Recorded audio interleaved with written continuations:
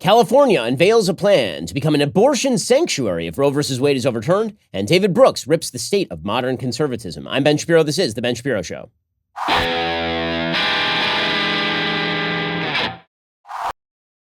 The Ben Shapiro Show is sponsored by ExpressVPN. Your data is your business, protected at expressvpn.com/Ben. We'll get to all the news in just one moment. First, your reminder that if you're trying to help your budget this holiday season, you have to check out Pure Talk. If you want to be a hero for the holidays, how about getting your loved one a brand new iPhone? That's right, Pure Talk has iPhone 12 starting at just $479 through the end of the year. They have the 13s as well. I switched over to Pure Talk. I'm getting great nationwide 5G coverage. That is the same coverage as the big guys because they use the same cell phone towers as one of the big guys. You can do the same. The average family saves over $800 a year, which is just smart. Like, why are you not doing that? I would not tell you to use a service that I'm not completely happy with. Make the switch with Pure Talk's 30-day risk-free guarantee. You have nothing to lose. Unlimited talk, text, 6 gigs of data, just $30 a month. And as I say, the iPhone 12, just $479. Go to puretalk.com, shop for the plan and phone that's right for you. Then enter promo code Shapiro. Save an additional 50% off your very first month and save on a new phone. That's puretalk.com. Promo code Shapiro. Pure Talk is simply smarter wireless. Some restrictions apply. See site for details. Go check them out once more at puretalk.com. Use promo code Shapiro to save an additional 50% off your very first month. Save on a new phone and save hundreds of bucks down the road. Alrighty, so I escaped California in 2020. And frankly, I feel like I was a couple of years too late. I'd been discussing with my wife the possibility of leaving California for a while. I'd been discussing with my business partner, Jeremy Boring, the possibility of taking our company and moving it out of state for quite a while. But finally, we pulled the trigger in 2020. And not a moment too soon, as it turns out, because California has now reduced itself to a smoldering ash heap, apparently. It is amazing how governance makes a difference. It really does. Because California has been blessed with some of the greatest assets that God has ever bestowed upon mankind. It's got beautiful natural scenery. It's got unbelievable natural resources. It has high levels of intellectual capital. It's a huge bustling population. And yet somehow they are turning California into a dystopian hellscape. It truly is an unbelievable thing. And the vision for California has changed. And if California is sort of the harbinger of the future from the left, then it behooves us to take a look at what California has become. The California dream used to be that you would come out to California, you get a job maybe working at like JPL or maybe working in Hollywood, and then you'd be able to afford a house in Burbank or a house in the San Fernando Valley amidst the orange groves with a white picket fence and 2.5 kids, and you'd be able to create a life for yourself. This was the promise of California. And if you look back at the old tourism videos from the 1950s in California, this was the pitch. Everything was clean and new. Okay, now, obviously, this is not to pretend that there were no problems in California or in the country in 1953, the most obvious being segregation. Although in California, segregation was lower than it was in most other places in the country. LA was one of the least segregated cities in America in the 1950s. But to pretend that racism wasn't a massive problem in the 1950s is, of course, silly. But that's not the point. The point is that the vision that was being presented for what life would be like in a thriving California was pretty simple. It was law-abiding. You had shows on TV in the 50s and 60s about the greatness of the LAPD. You had a generalized feeling of opportunity, that this was a great place to raise a family. Here's a tourism video from 1953, sort of bragging about what's best in California. In the years since the turn of the century, Los Angeles has grown from a sleepy pueblo to a vast, seething metropolitan city. Fine buildings, huge stores, busy citizens. This is Hollywood Boulevard and the world-renowned Grauman's Chinese Theater. In the forecourt of this celebrated cinema house are the footprints of the outstanding stars of the screen. It is almost unnecessary to say that among the chief attractions of the Southern California picture is its many miles of beaches where you can be as athletic as you choose or just loll around and build up a beautiful tan. Okay, so if you went back to California right now and you went to each one of those sites, they're hellholes. They really are. I mean, that video opens driving through downtown Los Angeles, right? You can see City Hall in that particular video. And City Hall is now Slum Row. It is a homeless encampment. And then they show Grauman's Chinese, right on Hollywood Boulevard. They're close to Sunset and Vine over there. And that's kind of the center of Hollywood. That place has been taken over by the homeless a couple of years ago. There was a person who literally had a bucket of feces thrown on her at the intersection that they show in that video. And then they show Santa Monica Beach, which used to be clean and nice. Santa Monica Beach is so bad that the weekend before my family left California, we were getting kind of nostalgic because my wife and I had gone on our first date at the Coffee Bean near Santa Monica Beach, and then we had gone for a walk along the beach. And even then, it wasn't so bad. This is 2008, 2007, late 2007. And we went back there as sort of a nostalgia play. We brought our kids to a park on Santa Monica Beach where a homeless man was trying to expose himself to people. Another homeless man was spitting at patrons of a restaurant, and open needles were visible everywhere. They have wrecked California. They've completely wrecked it. And they seem to be morally invested in wrecking California. They seem to feel good about wrecking California. It's as though they've decided that all of the benefits of living in California have to go away. And the way that they're going to make up for the complete failure of their system of thought is by proclaiming their own moral superiority. So the latest round of this sort of insanity comes courtesy of the Associated Press. It's an amazing, amazing story. It really says all that you need to know about what California is and where California is going. Apparently, California is seeking to become now what they call an abortion sanctuary. I'll get to this in just one moment, because, that's just evil. I'm sorry. So you have decided that your state's tourism industry is now going to be based on women coming to kill their babies within your borders. So my new state of Florida, we're paying police officers like 10 grand bonuses to come and help protect the population. California, they're literally now saying that they will pay the hotel bills for women who wish to decamp to California to kill their unborn children. A pretty stark contrast. We'll get to this story in just one moment, because it really does demonstrate, if this is the future of the country, we are so screwed. We are screwed beyond all comprehension. First, let's talk about your sleep quality. So if all of this messes with your sleep quality, as it would with mine, you need a mattress that is going to do you well. So I'm at a hotel right now. I'm not on my mattress at home, and I'll be honest with you, I slept like crap. I need my mattress at home. I need my Helix Sleep mattress. It was made just for me. Helix Sleep has a quiz. It takes just 2 minutes to complete. It matches your body type and sleep preferences to the perfect mattress for you. Why would you buy a mattress made for someone else? With Helix, you're getting a mattress you know will be perfect for the way you sleep.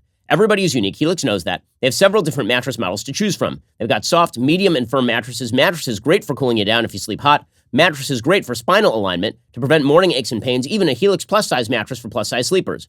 So if you're looking for a mattress, you take the quiz, you order the mattress you're matched to, the mattress comes right to your door shipped for free. You don't ever need to go to a mattress store again. They've got a 10-year warranty. You get to try it out for 100 nights risk-free. They'll even pick it up for you if you don't love it, but you will. Helix even has financing options and flexible payment plans, so a great night's sleep is never far away. And I love my Helix Sleep mattress. You will too. Go to helixsleep.com/Ben, take their 2-minute sleep quiz. They'll match you to that customized mattress that'll give you the best sleep of your life. Helix is offering up to $200 off all mattress orders and 2 free pillows for our listeners at helixsleep.com/Ben. Alrighty, so according to the Associated Press, California is seeking to become what they now call an abortion sanctuary. So first of all, I just want to point out the linguistic insanity of that phrase. The word sanctuary comes from the same root as the word sanctified. Right? A sanctuary is a place that is sanctified. That is what a sanctuary is. And in the before times, when there were ecclesiastical courts throughout Europe, you were able to rush to a church if you wish to avoid criminal culpability. People would rush to churches for sanctuary, right? They would claim sanctuary. This is obviously a major plot point in, for example, in Victor Hugo's Hunchback of Notre Dame. Is Esmeralda rushing into the Cathedral of Notre Dame and claiming sanctuary, right? Saying that she wishes to be subject to ecclesiastical law as opposed to the king's law. Sanctuary was a way of claiming God's providence over you and not the state's providence. Now you have the state of California declaring sanctuary for either illegal activity in the form of illegal immigration or for the worst sin in American life, abortion. It's now going to be a sanctuary, a sanctified place, protected from all others for abortion. You're not rushing to avoid culpability for an act for which you believe you are innocent. You instead are rushing to a sanctified place where your abortion can be protected. The language is so paganistic as to shock the conscience. According to the Associated Press, with more than 24 states poised to ban abortion if the United States Supreme Court gives them okay next year, California clinics and their allies in the state legislature on Wednesday revealed a plan to make the state a sanctuary for those seeking reproductive care, that's a euphemism, including possibly paying for travel, lodging, and procedures for people from other states. So they're not just saying we are going to keep abortion legal in California, which is exactly what you would expect, of course. They're literally saying that they will take the taxpayer dollars of the people who pay taxes in California to pay women to come to the state to kill their unborn children. So remember, the California dream was come here, raise a family, buy a house, get a job, lead a law-abiding life, and contribute to the building of the world's greatest economy. And now the California dream is move to California, get a crappy one-bedroom studio apartment, have a homeless guy sitting directly outside your door, shooting heroin into his feet, and if you need an abortion, we'll pay your hotel and maybe medical bills. The California dream is come on over here, we'll put you up at the Hilton, and we'll carve that baby right out of you. That is a rather astonishing change and bespeaks a suicidal society. Any society that is actively incentivizing abortion is a suicidal society. There's no other way to put it. You're literally destroying your fertility rates. You're destroying your future on a literal level. If kids are the future, as the left constantly agrees, right? We all agree kids are the future because there literally is no future without kids. Then actively fomenting the killing of unborn children seems to be anti-future. But California isn't about building a future anymore. California is about a vision of a utopian society in which full stasis has been reached.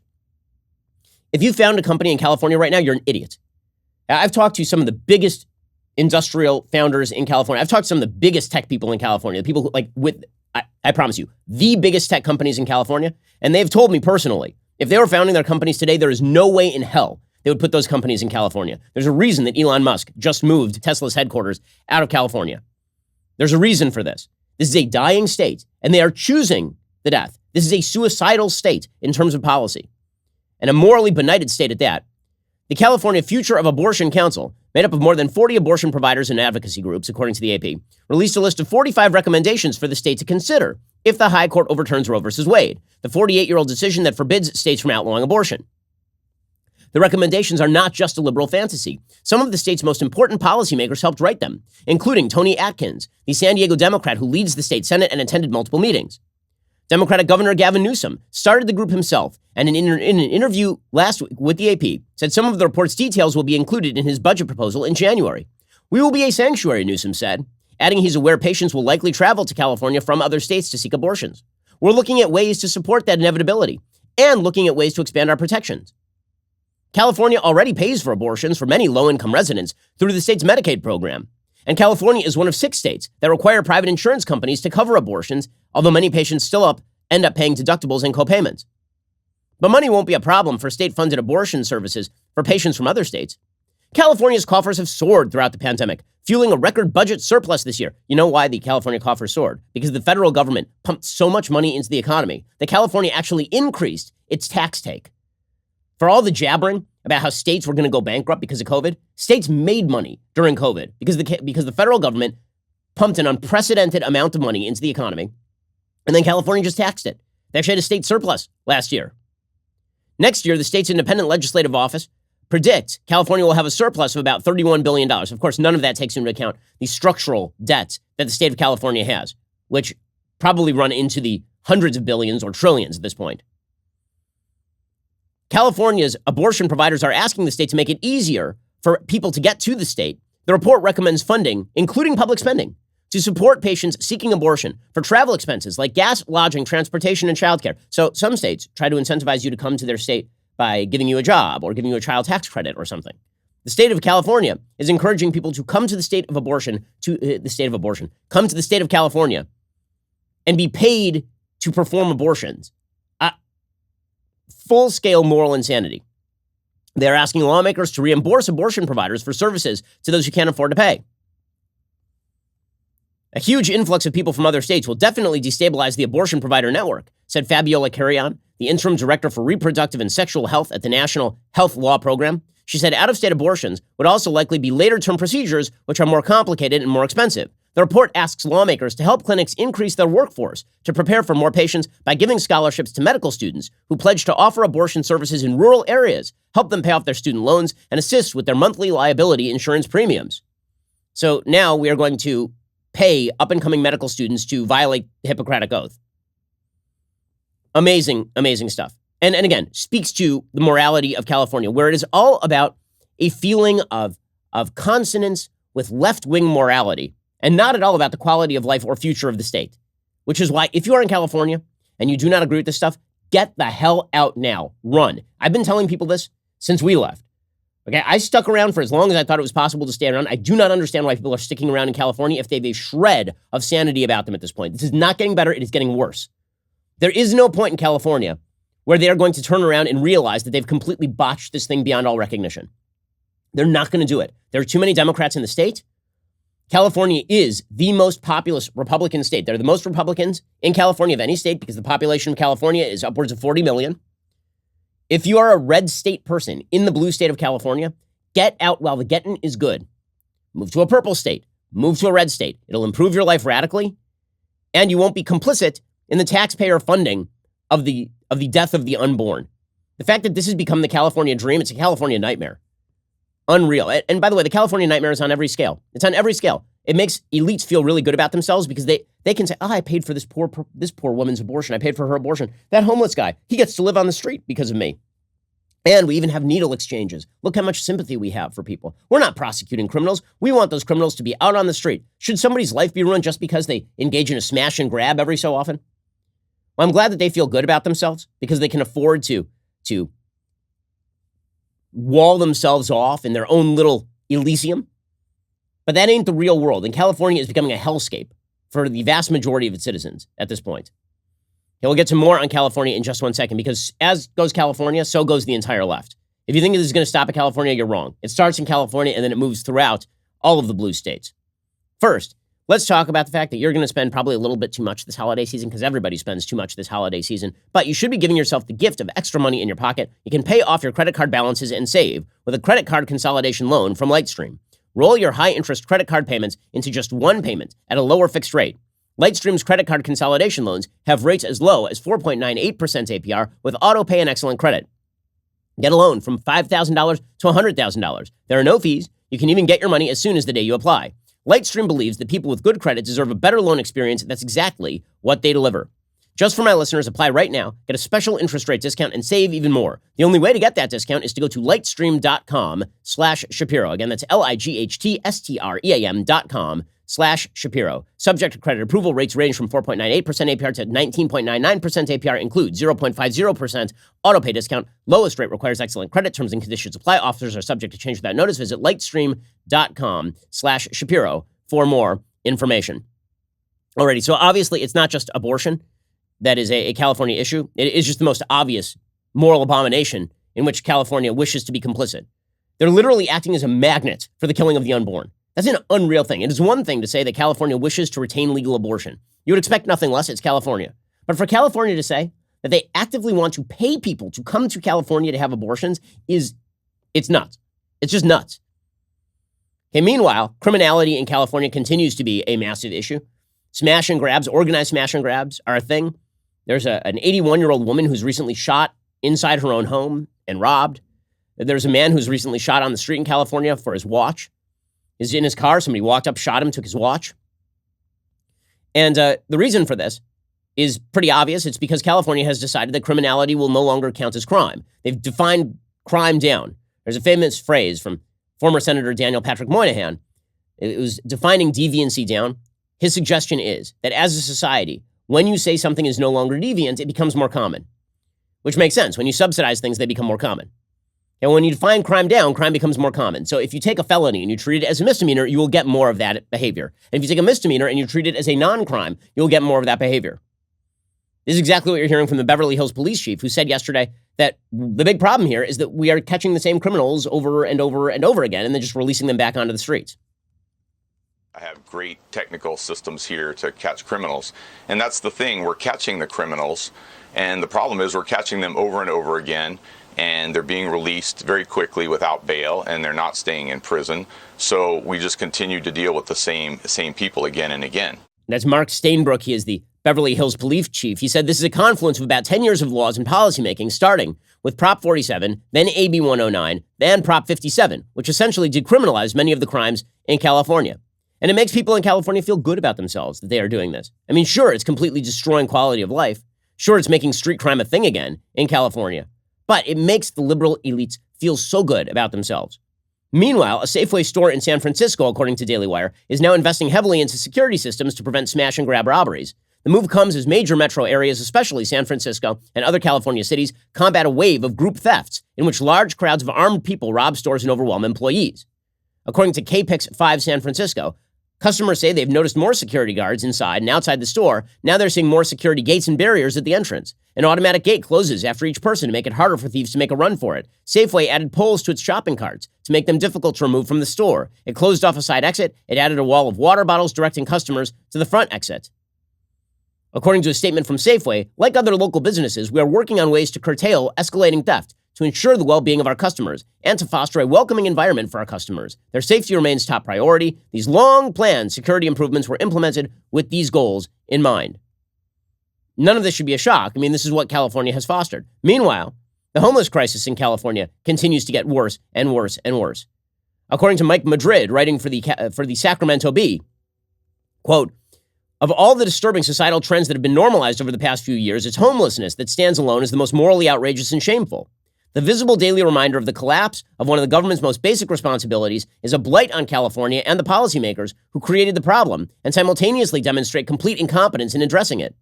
1 in 4 homeless people in America lives on California's streets."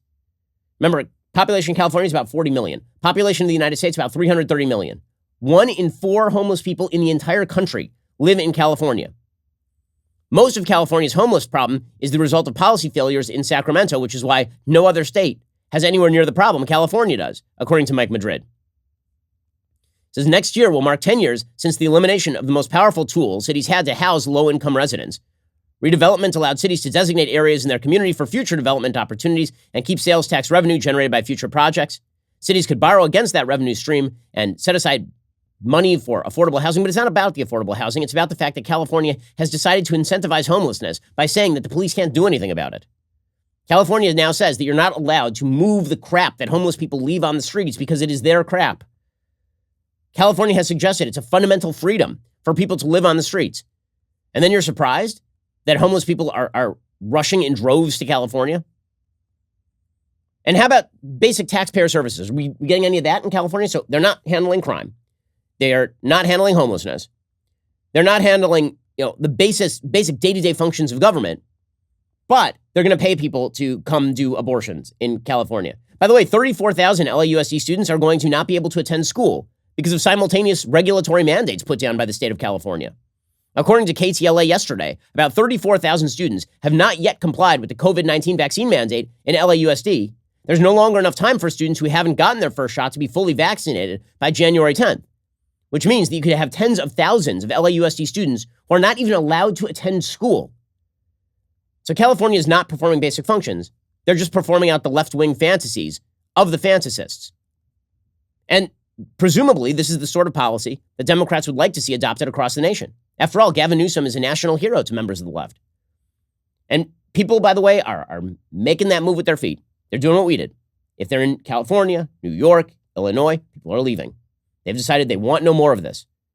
And the left just continues along with it. In just a second, we're going to get to the critique of conservatism put forth by David Brooks, who used to be the quote-unquote conservative at the New York Times, because I think it speaks to the conflict, the ideological conflict that is happening in the country and the complete ignorance of a certain level of elite quote-unquote conservative to deal with the realities on the ground of our current situation. First, let's talk about the perfect gift. The perfect gift this holiday season is steak. There's no better gift than steak. And let me tell you about Omaha Steaks. OmahaSteaks.com is going to get you the steaks that you need. OmahaSteaks.com. Enter Shapiro into the search bar. You can save over 50% when you order the perfect gift package today. For $99.99, you get the world-famous bacon-wrapped filet mignons, chicken breasts, sides, desserts, and so much more. When you use code Shapiro, you not only save over 50%, you also get an additional 8 Omaha Steaks burgers free with your order. Omaha Steaks is ready to ship right now. Order that perfect gift package today at omahasteaks.com. Don't forget, you'll get 8 free burgers when entering code Shapiro in the search bar. And if you're a new customer ordering for the first time, enter Shapiro at checkout, get 20% off select packages. Achieving gifting greatness with Omaha Steaks. Incredible flavor, incredible value, 100% guaranteed. You know, a couple of years back, Omaha Steaks got me like a kosher steak. Let me tell you, that thing lives on in my memory. because it was so spectacular. You can make the magic happen for friends and family this holiday season. omahasteaks.com, keyword Shapiro for the perfect gift package today. Okay, so if California is governed like garbage, and if life is getting worse in places like California, and if businesses are fleeing, and if the state has decided that its top priority is not to enforce the law and protect its taxpayers, but to in fact tax the taxpayers in order for people to get abortions, then how exactly, why do Democrats keep voting for this? Why do people keep voting for this? And the answer is the feeling of unearned moral superiority. That is the answer. Because it certainly is not the policy successes.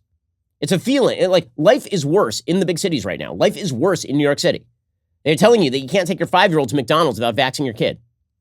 They're telling you in LAUSD you cannot send your kid to school without vaxxing your kid. Okay, life is getting worse in these places. So what is the draw? Like, why? And the answer is the unearned feeling of moral superiority, the belief that you're just better than those other guys. There's a piece in Salon.com today which really sums this up from the execrable Amanda Marcotte. She has a piece today titled, "Young Democrats Are Right. There is no reason to date or befriend Trump voters." So she's talking about a new poll from Axios. The new poll from Axios shows that only 5% of Republicans said they wouldn't be friends with someone from the opposite party. But 37% of Democrats say they would not be friends with a Republican. Also, 71% of Democrats would not go on a date with someone with opposing views versus 31% of Republicans. Now, I'll be honest with you. I think that there's a big difference between being friends with somebody and dating somebody. Because my vision of dating is that you end up marrying somebody. I really think that you should share values with somebody that you marry. So on a dating level, I sort of agree with the notion that you should have a baseline agreement on values. But I understand that's not how people actually date. People now date for pleasure or date for sex or date for a variety of other reasons that don't involve marriage at the end of that chain. But the basic finding of the survey is pretty clear, which is that Republicans are pretty tolerant of Democrats, but Democrats are absolutely intolerant of Republicans. According to Amanda Marcotte, this is a good thing because Democrats are superior human beings. And this is the argument you are seeing throughout American politics. This has been going on for a long time. I wrote a book in 2012 called Bullies, the basic premise of which was that the left liked to claim that the right was the bullying force in American public life. But the real bullying force in American public life were people of the left who truly believe that they are morally superior to the people with whom they share a country. And Amanda Marcotte makes that case quite beautifully.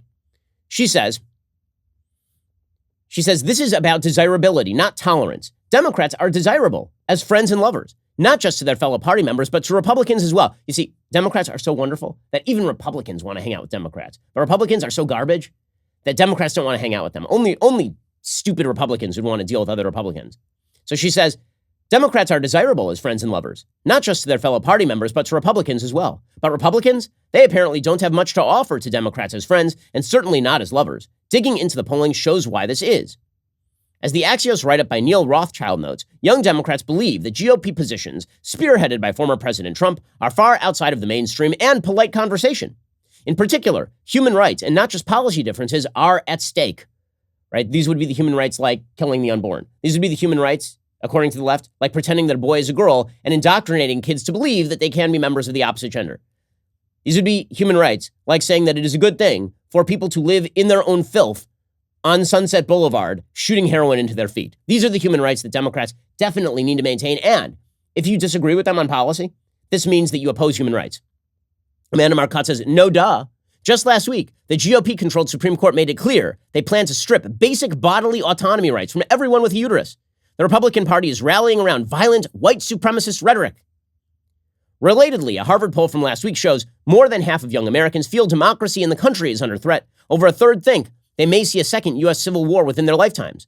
This isn't about a dispute over marginal tax rates. If you, quite correctly, believe that Republicans are plotting to destroy democracy, why would you want to be friends with people who support that? And this is the case that Amanda Marcotte is, and this is the case that California Democrats are making.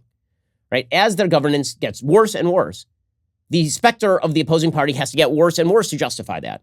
You have to somehow make an excuse to yourself for why you suck at your job, and your excuse is, well, the other guy is so much worse. Those people are so much worse. According to Amanda Marcotte, the anger on the right over this polling shows this isn't really about liberal intolerance, but an ugly sense of entitlement among conservatives. It's fueled by a belief that they should be as obnoxious, cruel, and bigoted as they want without having to pay any social penalty for it. That attitude is especially troubling when it comes to dating and is tied to long-standing sexist assumption that women owe men their time and attention even when they don't find them attractive. Oh, is that what it is? Really? So you're going to boil down Republicans pointing out that if you won't be friends with somebody from the opposing side of the aisle, this means that it's very difficult to share a polity. You're going to boil that down to men feel a sense of entitlement from women? She says that the bottom line here is that Republicans need to suck less. Right? You need to just be a Democrat, and then we will deal with you. But otherwise, quote unquote, good, this is what she says. Good on young Democrats for seeing clearly what the Joe Scarboroughs of the world don't want them to see, which is that Republicans are bad people, and you should never, ever treat them as fully human. Hilariously, she then claims that Republicans don't treat people as fully human. Right? The entire column is about treating Republicans as not fully human, and then her complaint about Republicans is that they dehumanize people. Okay, but this lies behind so much Democratic rhetoric these days. It lies behind half of what Joe Biden says. And the entire Democratic agenda right now is to paint political opposition as people who oppose democracy. How deeply rooted is this idea? It's so deeply rooted that Joe Biden is about to have a quote-unquote democracy summit. And at this democracy summit, there's a serious pitch for Joe Biden to tell other democracies that American democracy is on the verge of extinction, which is crazy. Okay, that's insane. If we're talking about why American democracy is on the verge of extinction, there's some pretty good systemic reasons, such as an authoritarian administrative state that is not answerable to the people, creating regulations from whole cloth that apply to tens of millions of Americans, like, say, maybe an OSHA vax mandate. And that seems like a threat to democracy. Or maybe it's people in the federal government proclaiming that they could stack the Supreme Court, or that they could simply override the filibuster and do whatever they want on the pure majoritarian basis. Right? That's kind of a threat to democratic rights. But that's not what Joe Biden is talking about. According to the Democrats, the threat to democracy is the existence of Republicans. The Republicans themselves are a threat to democracy. And then they always point to January 6th as though January 6th was ever going to turn into a full-blown coup. I'm sorry, it wasn't. And if you believe it was, you're an idiot. I don't know what to tell you. January 6th was not a full-blown coup. It was ugly. It was despicable. You shouldn't be storming the Capitol building in the hopes of harming the Vice President of the United States or of delaying the business of constitutional government. You were involved in a riot and you should go to jail.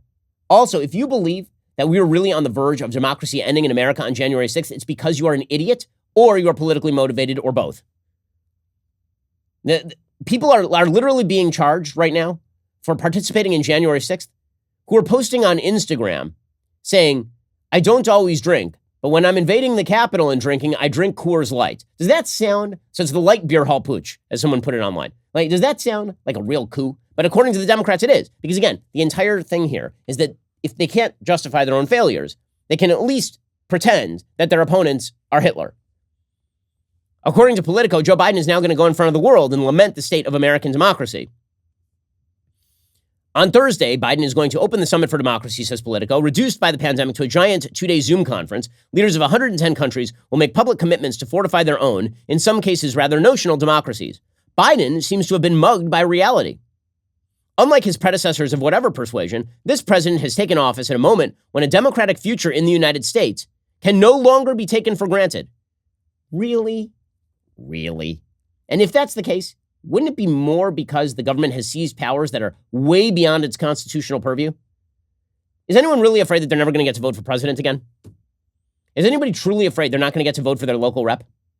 What are we talking about here? But this is the Democratic pitch.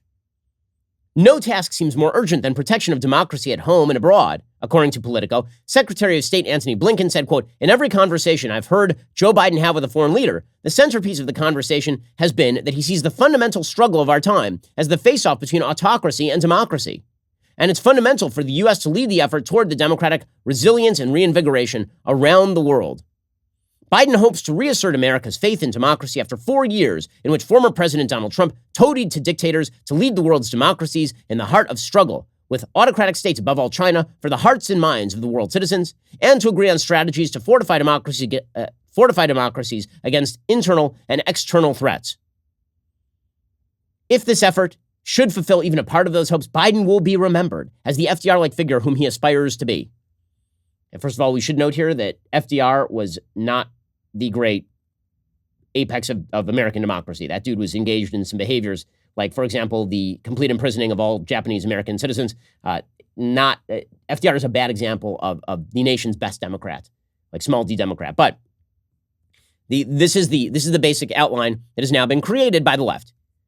is that we will be incredibly radical, and our radicalism is justified because the other side is just so evil. So how is the right to meet this? Well, the right should be able to meet this with good policy. The right should be able to meet this with good policy and with good ideas and with tried and true ideas.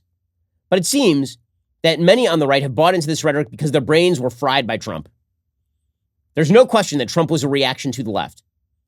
That American politics, just like all politics, is incredibly reactionary. And people tend to react very strongly to things and then to sort of put aside qualms in pursuit of the reaction.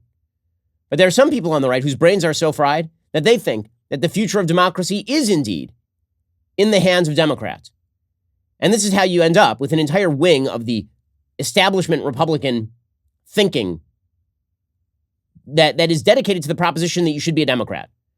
This is why you will see the conservative case for California, or you'll see the conservative case for Drag Queen Story Hour, or according to David Brooks, essentially the conservative case for voting Democrat. We'll get to that in just 1 second because it is delusional. First, let's talk about the fact that you should, right now, if you own a home, refinance. It's just a thing you should do. You should do it before the rates rise. Mortgage rates are at historic lows again. That means you could easily drop your rate and your monthly payment. That's not going to last forever. The Fed is going to taper. Mortgage rates are going to go up. Everybody knows that next year, mortgage rates are going to rise. All you have to do right now to talk about refinancing is call American Financing, America's home for home loans. Take advantage of a free mortgage review. That's right, free, meaning no pressure, no obligation, no upfront fees, just a simple conversation with a salary-based mortgage consultant, someone who's going to listen to and guide you so you're getting a custom loan that achieves your goals. From lower rates to shorter terms, even the ability to access cash from your equity, they're ready to help you find the best deal possible. Our consultants can help you save up to $1,000 a month. You might even skip 2 mortgage payments, creating greater upfront savings. And you can pre-qualify for free by calling 866-721-3300. That's 866-721-3300, or visit AmericanFinancing.net. NMLS 182334, NMLSConsumerAccess.org. Go check them out right now, AmericanFinancing.net. Already coming up, we'll get to David Brooks's much ballyhooed piece in The Atlantic about how American conservatism is dead. We'll get to that in a moment. First, as the Biden administration continues to try to cram down their vax mandates, it's more important than ever that we continue to fight it. So far, the pushback is working. Not only has the OSHA mandate received a nationwide stay, this week a federal court enjoined the Biden administration from enforcing their federal contractor vaccine mandate. This is great news, but we would not be receiving that news without the continued application of pressure because the Biden administration is not backing down. Recently, Biden announced his winter COVID plan, which sounds less like pumpkin spice latte and a lot more like mandates and more mandates and then mandates to fly, to vaccinate in order to fly, and all the rest of this. This would put a wrench in travel plans for millions of Americans. Anthony Fauci yesterday said that if you're having a holiday party, you should try to force all of your family members to vax. And this is all crazy. Only pressure is going to make them stop this. That's why we filed a lawsuit against Joe Biden's vaccine mandate for private employers. The government does not get to make our private medical choices for us or dictate how we live our lives based on those choices. We need your help. If you haven't signed our petition against Joe Biden's vax mandate, I need you to head on over to dailywire.com/do-not-comply to add your name. We need to send an overwhelming message to this administration. The American people will not comply. Our goal is to reach 1 million signatures. That would provide a major boost to our legal challenge. We have nearly 750,000 signatures so far. We need your help to cross the finish line. Please sign the petition at dailywire.com/do-not-comply. Share our petition with all of your friends and family. Let's send a message so loud the Biden administration cannot ignore us. Also, it is now a matter of utmost importance you go pick up a copy of Matt Walsh's new children's book, Johnny the Walrus. Why? Well, because his book not only sold out within the first 24 hours, it is now the #1 LGBTQIAAPZ & Hebrew bet little tilde thing that goes over the N in Spanish, plus bestseller on Amazon. And yes, the book is sold out. Don't worry, you can reserve your copy at Amazon to get your hands on the next batch shipping out soon. Johnny the Walrus is the exhilarating, magical tale of a young boy who pretends he's a walrus, which is a great adventure until the internet tells Johnny's mommy that Johnny actually is a walrus, and she must, as a good mother, uphold his trans walrus identity. If you know Matt's brain, you know that the book's going to be twisted and hysterical. You should go buy it right now. Head on over to Amazon, reserve your copy of Matt's timely masterpiece, Johnny the Walrus, today. You're listening to the largest, fastest growing conservative podcast and radio show in the nation.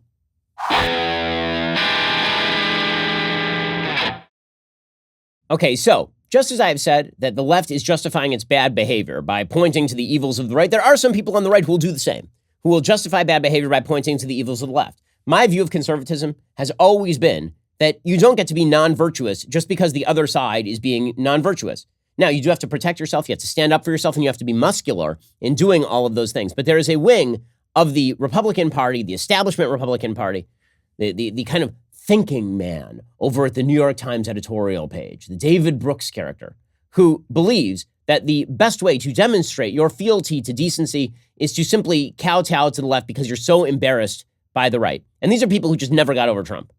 It's not a shot coming from David Brooks, who once praised, I kid you not, the pleat in Barack Obama's pants. That's the thing that David Brooks once did. But this guy was considered the in-house conservative at the New York Times. Now he has a piece in The Atlantic, which is definitely where you're going to want to write about American conservatism. The same magazine that dumped Kevin Williamson for the great sin of being pro-life. He has a piece there called What Happened to American Conservatism? The rich philosophical tradition I fell in love with has been reduced to Fox News and voter suppression, says David Brooks. He says, I fell in love with conservatism in my 20s. As a politics and crime reporter in Chicago, I often found myself around public housing projects like Cabrini Green and the Robert Taylor homes, which had been built with the best of intentions but had become nightmares. The urban planners who designed those projects thought they could improve lives by replacing ramshackle old neighborhoods with a series of neatly ordered high-rises. But, as the sociologist Richard Sennett, who lived in parts of the Cabrini Green complex as a child, noted, the planners never really consulted the residents themselves. By the time I encountered the projects, they were national symbols of urban decay. Back then, I thought of myself as a socialist. Seeing the fallout from this situation prompted a shocking realization. This is exactly what that guy I read in college had predicted.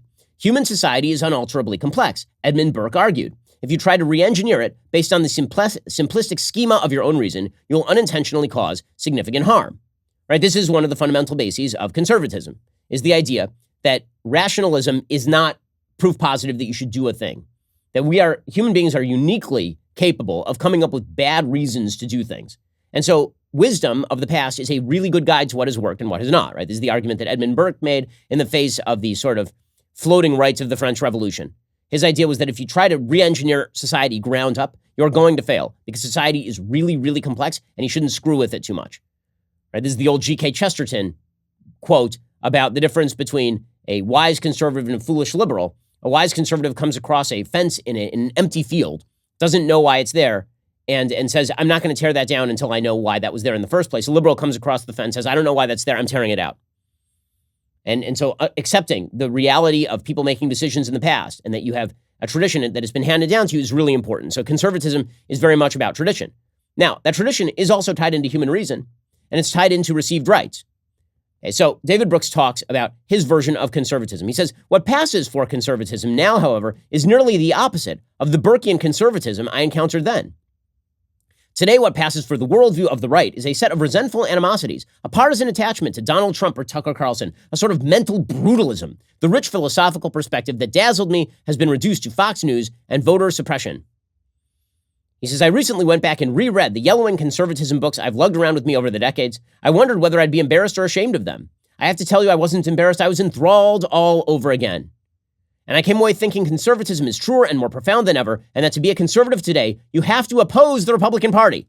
So here we go, the conservative case for the Democratic Party, which currently is rejecting all wisdom of the past, right? This is the soft-headedness of some of the Republican establishment. When I say Republican establishment, I mean people, the Lincoln Project gang and the David Brookses of the world and the entire literati of the Bulwark, a group of people who have basically decided that they're going to side more often than not with Democrats because Democrats hold the keys to the future because they're just so angry at Republicans for going overboard on Donald Trump. Okay, that's wild. It's a wild perspective because if you're trying to decide which party is more likely to mirror your priorities of preserving the wisdom of the past and not following rationalistic desires to destroy everything that we know to be true already in the pursuit of some sort of aimless utopia, then I don't know how in the world you could side with the Democrats. This is a party that currently denies the reality of biological sex. This is a party that suggests that racial essentialism is a functional feature of American life. This is a party that believes that centralized power through government is the solution to your problems. And people like David Brooks are saying that future lies with the Democratic Party for conservatives. It's nuts. Says David Brooks, this essay is a reclamation project. It's an attempt to remember how modern conservatism started, what core wisdom it contains, and why that wisdom is still needed today. He points out the history of conservatism, which springs from the Enlightenment and from the Peace of Westphalia and the end of the religious wars in Europe He says, one camp, which we associate with the French Enlightenment, put its faith in reason. Some thought a decent social order can be built when primitive passions like religious zeal are marginalized and tamed, when individuals are educated to use their highest faculty, reason, to pursue enlightened self-interest, and when government organizes society using the tools of science. Another camp, which we associate with the Scottish or British Enlightenment of David Hume and Adam Smith, did not believe human reason is powerful enough to control human selfishness. Most of the time, our reason merely rationalizes our selfishness. They did not believe that individual reason is powerful enough to even comprehend the world around us, let alone enable leaders to engineer society from the top down. This is one of core conservatives' principles, epistemological modesty, or humility in the face of what we don't know about a complex world, and a conviction that social change should be steady but cautious and incremental. Down the centuries, conservatives have always stood against the arrogance of those who believe they have the ability to plan history. Okay, so I have a question. How in the world are you saying that you need to side with the Democrats, David Brooks? How? Explain. Like, truly explain. He says, conservatism certainly has an acute awareness of sin, selfishness, greed, lust. Conservatives also believe that in the right circumstances, people are motivated by the positive moral emotions like sympathy and benevolence. These moral sentiments move you to be outraged by cruelty, to care for your neighbor, to feel proper affection for your imperfect country. They motivate you to do the right thing. Your emotions can be trusted, conservatives believe, when they are cultivated rightly. The key phrase, of course, is cultivated rightly. The only way to govern an unformed creature would be through a prison state if a person has not been trained by a community, right? So you need a community. So there's no state of nature. You grow up in a community, right? All of this is correct. This is a correct assessment of what conservatism has typically represented.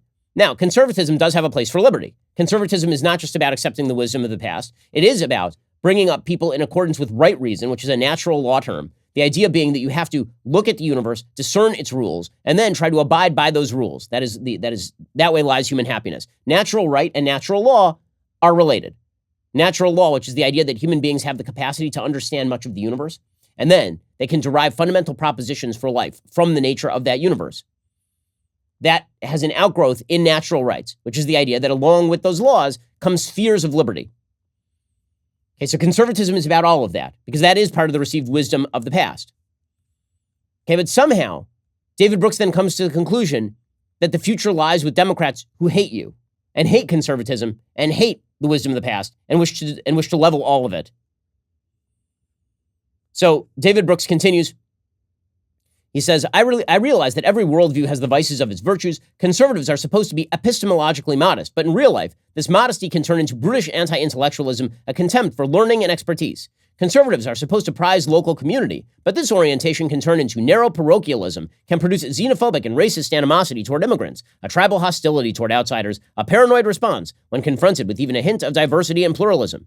Conservatives are supposed to cherish moral formation, but this can turn into rigid and self-righteous moralism. And conservatives are supposed to revere the past, but this can turn into an abject deference to whoever holds power. And he thinks this is what's happened to American conservatism. He says that American conservatism is now hardening into xenophobia and brutalism. He says that he thinks that the tension between America and conservatism is too great. He thinks that Donald Trump is the opposite of Burkean conservatism. He thinks that the future of conservatism lies, again, in moving away from these traditional American values.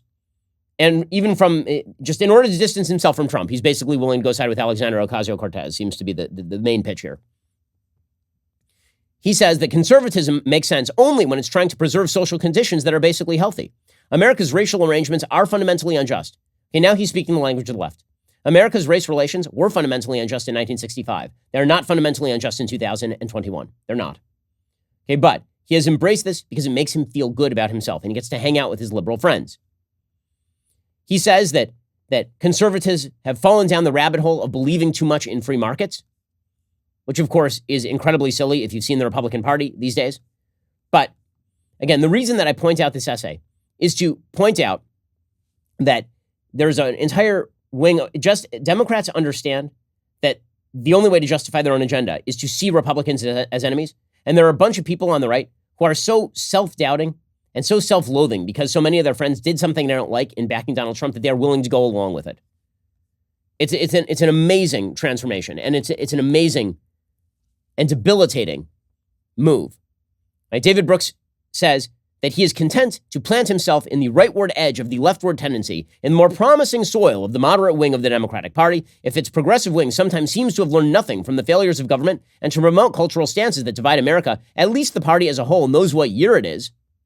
In 1980, the core problem of the age was statism. In 2021, the core threat is social decay. And he thinks that social decay is going to be arrested by the Democratic Party? The Democratic Party is the party of social decay. That's the party of California.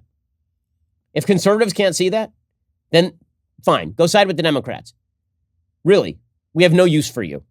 If you cannot see that the party of social decay is the party that wants taxpayer-funded abortion magnets, then I do not know what to tell you at this point. Alrighty, we'll be back here later today with an additional hour of content. Coming up soon is the Matt Walsh Show. It airs 1:30 p.m. Eastern. Be sure to check it out over at Daily Wire. I'm Ben Shapiro. This is The Ben Shapiro Show.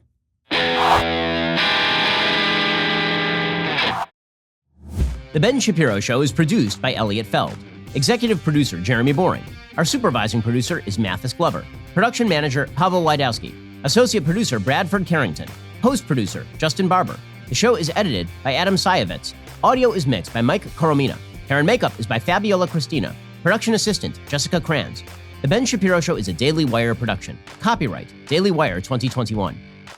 On the Matt Walsh Show, we talk about the things that matter, real issues that affect you, your family, our country, not just politics, but culture, faith, current events, all the fundamentals. If they matter to you, come check out the show.